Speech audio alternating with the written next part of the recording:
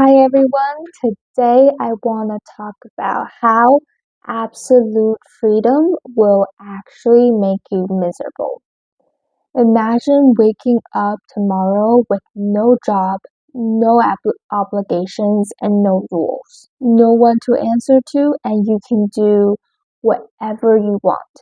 So, absolute freedom. Sounds like a dream, right? Except it's not.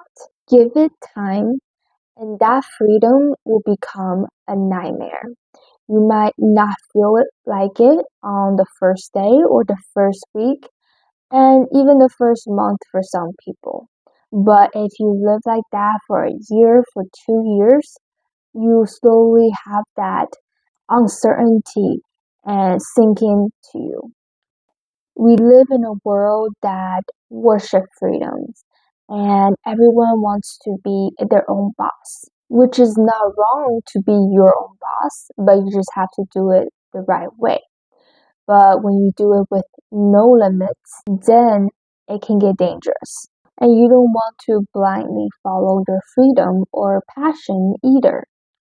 And don't get me wrong, freedom matters, but there's a trap. Absolute freedom, which has no structures, no commitments, no constraints, ultimately leads to paralysis and loneliness. And this will lead to misery.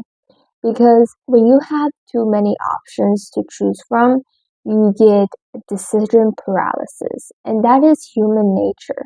And when you can do everything you want to do without constraining yourself, you're going to be going to eat junk food all the time, because why not eat all the good things? Why not eat all the tastiest things? And that can have a very big toll on your body. And then you'll be like, why not watch TV all the time? Why not scroll on TikTok all the time? You have all the time in the world to do it. So why not do it? Because it gives you all the dopamine and happiness you need. And this is not the best way that you're going to feel the lasting happiness. When you have absolute freedom, your body is going to naturally choose something that is easy for you, because that's what we want. Is we want this easy and this instant dopamine where we don't have to put any effort to.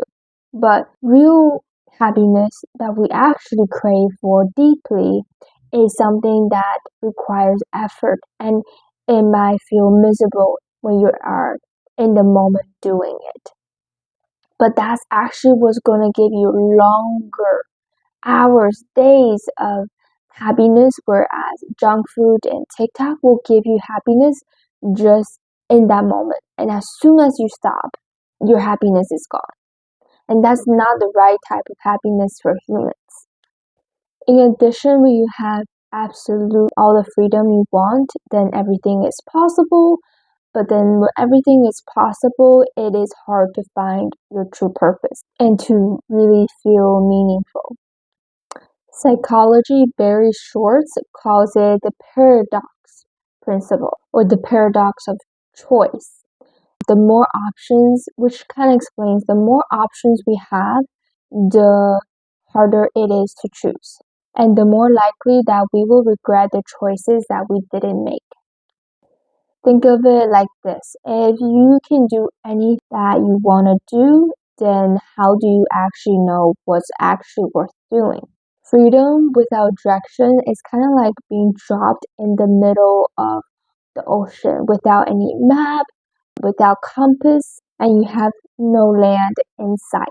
Ironically, real freedoms come from limits. The athletes train with strict routines and boundaries. They have to set their diet, they have to be disciplined, they have to do the same thing over and over again every day, and they have to eliminate everything else. They can't do anything else. It's very limiting.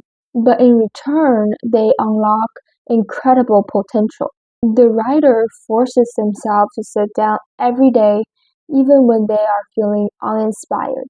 And that's how a book gets done. And the monk, they live with almost no possessions, but yet they live in more peace than most millionaires. Structure isn't the enemy of freedom. It is the framework for in which you can become fulfilled. It's like a blueprint, basically. When we commit to people, to projects, to a purpose, we narrow our options and we have to limit ourselves and we lose some of our freedoms because we can't do what we want. And it just won't work out if you want to do everything you want and still have all of those things. But then in doing so, we have a deeper experience. We're able to experience life not just in the shallowness of experiencing things once and moving on, but we're able to delve deep and deep into whether it's a relationship, you delve deeper into that meaningful relationship, whether it's a project, work, you delve deeper in building it and actually making it come into life. Love, meaning, and masteries, these aren't found in the endless freedom that you want to achieve. In fact, being a mastery and being disciplined and being structured and letting go of your freedom will lead to mastering your subject, mastering your project, and then you become more free because of it. And actually, when you do achieve something and you master something, you think, oh, I want to do it because I want to eventually reach that freedom. I want to eventually be free and be able to do anything I want, and that's why I'm working so hard now. But then when you reach that stage of, oh, you achieved it and you can actually attain that freedom, then you are actually going to be looking for other things to do. Because once you reach that freedom, like I mentioned before, it might feel good in the first day, but then you have so much limitless time to enjoy it, right? And you're thinking, wow, for the rest of my life, I have a freedom and I don't have to go do anything. I don't have any specifically I want to put myself to do every single day. If you don't have that, then you will lose purpose, you will lose meaningfulness in life, and then you become depressed.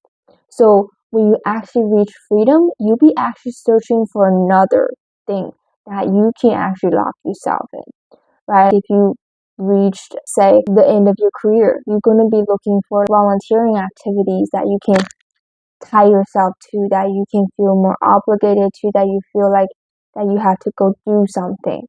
Or other people will go look for hobbies and they will take classes and they will go do that and try to master that or try to master a language or try to do this. But there will be other things that you'll be looking for to do.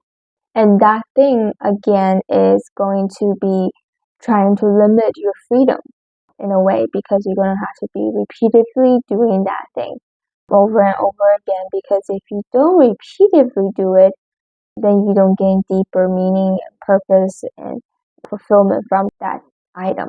The love, the purpose, the meaningfulness, the fulfillment that we've been searching for is actually tied to choosing not to choose everything. And they are built slowly over time.